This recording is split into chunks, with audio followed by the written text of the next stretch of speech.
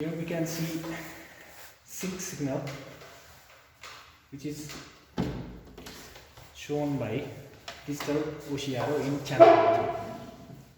So we are going to modulate this sync signal using frequency modulation and demodulation technique. First of all, we see this is our master signal. So we can check our carrier signal as well. Here is our carrier signal.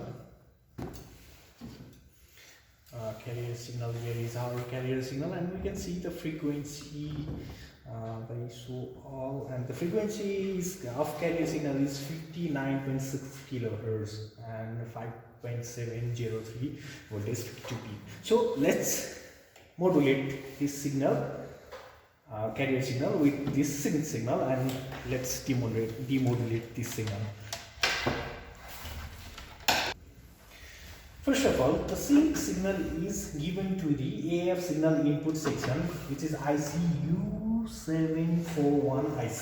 And the second part, let's connect the channel 1 frequency modulation output to the channel 1 and the frequency modulation output to the frequency modulation input for demodulating the signal. Sorry, I slightly mistake in here. Positive should be connected here, and the ground should be connected in the ground, and the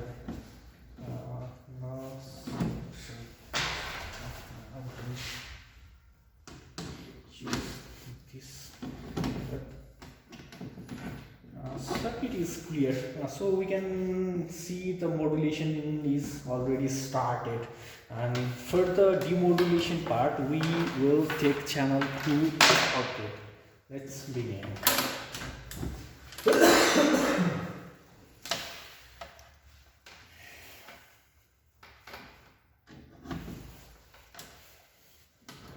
Because our circuit is completed.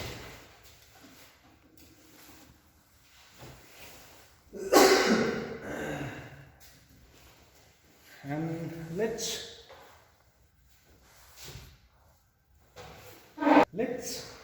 start it to vary this P knob. Here we can see a slightly change in the signal. Varying this knob, we are getting a pulse modulated wave. It's kind of like a sawtooth wave. So we vary frequency and scale it. When we scale it, it's almost clear. It's almost clear, and by changing the frequency, we got our demodulated signal. This is not exactly the pulse wave we are watching for, but it's kind of like a pulse wave or sync wave. It's analog signal also. So I'm slightly varying this knob, and I'm getting sync output. Due to noise and distortion, it is not clearly modulated. We could not get the exactly modulated signal, but we can still interpret the modulated signal and the demodulated signal. For this, first of all, run and stop. You can press this button, and when you press the scaling button, and for the channel 1, let's compare this signal by putting in same position. We can put this in same position. Now